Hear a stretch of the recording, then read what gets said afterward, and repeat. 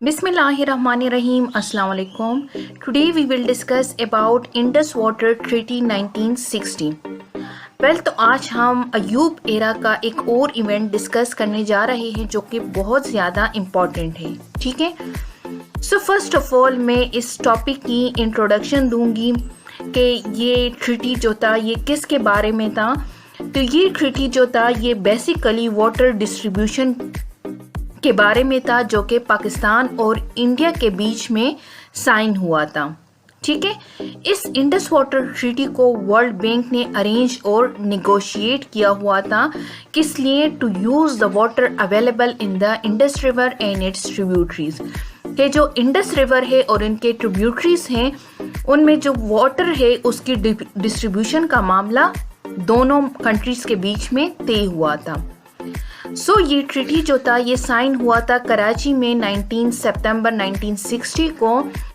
किन के बीच में ये साइन हुआ था? तो ये इंडिया के जो प्राइम मिनिस्टर थे जवाहरलाल नेहरू और पाकिस्तान के जो प्रेसिडेंट थे अयूब खान, इन दोनों ने मिलकर इस ट्रीटी को साइन किया हुआ था जिसको इंडस वाटर ट्रीटी बोला जाता है।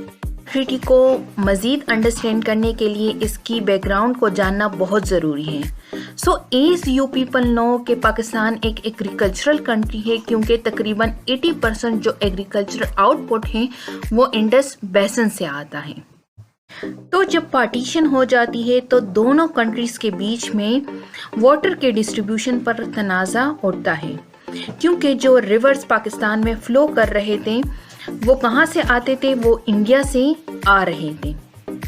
सो जब 1947 में पंजाब की डिवीज़न हो जाती है दोनों कंट्रीज़ के बीच में, तो बहुत सारे जो किनाल हेडवर्क्स होते हैं वो इंडिया में रह जाते हैं। So the division of the Punjab this created the major problems for the irrigation in Pakistan.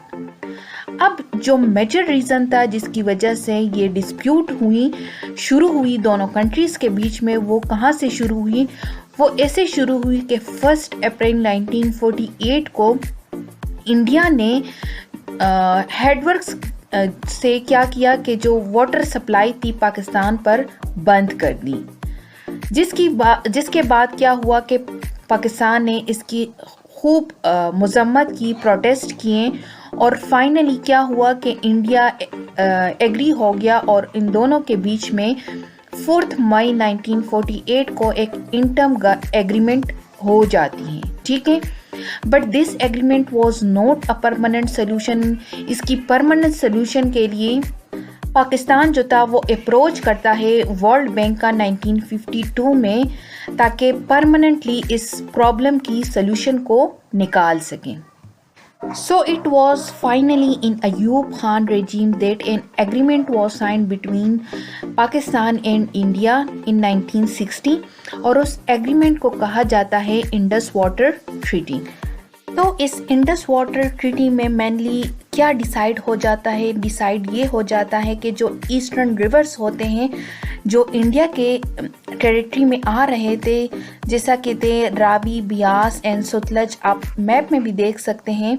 ठीक है, ये पूरा इंडिया का हिस्सा था जिसमें ये तीनों रिवर्स आ रहे थे। तो ये तीनों के तीनों रिवर्स जो ईस्टर्न रिवर्स कहलाते हैं ये इंडिया के कंट्रोल में आ जाते हैं। While on the other hand जो वेस्टर्न रिवर्स थे जो कि पाकिस्तान के हिस्से में आ रहे थे, इंडस, चिनाब एंड जहलम, ठीक है, इनका कंट्रोल पाकिस्तान को मिल जाता है इस इंडस वाटर ट्रीटी के बेस पर। ठीक है, इसके अलावा इस ट्रीटी में और क्या क्या डिसाइड हुआ? So during this period Pakistan को कुछ बड़े बड़े डैम्स वो बिल्डअप कर रहे थे, जिसकी वो फाइनेंशियल सपोर्ट जो थी वो वर्ल्ड बैंक के लॉन्ग टर्म लोन से भी वो पूरा कर रहे थे। इसके अलावा जो कंपनसेशन मनी थी जो इंडिया से वो हासिल हुई थी उससे वो इस डैम्स की तामीरात में वो लगा रहे थे, जो कि थे वर्सक, मंगला और तरबेला डैम। ठीक है, इसके अलावा 8 लिंक किनाल भी बिल्ड अप हुए थे and the remodelling of the existing canals was carried out. ठीक है, मोर ओवर इस ट्रीटी में और ये भी हुआ कि 5 बैराजेस and a gate Stefan was also constructed under this treaty. So this was all about the Indus Water Treaty. Hope you guys will understand this, but if you have any question, do write your question in the comment section below, and if you like my video, do subscribe my channel and hit the bell icon. Thank you for watching my video. Allah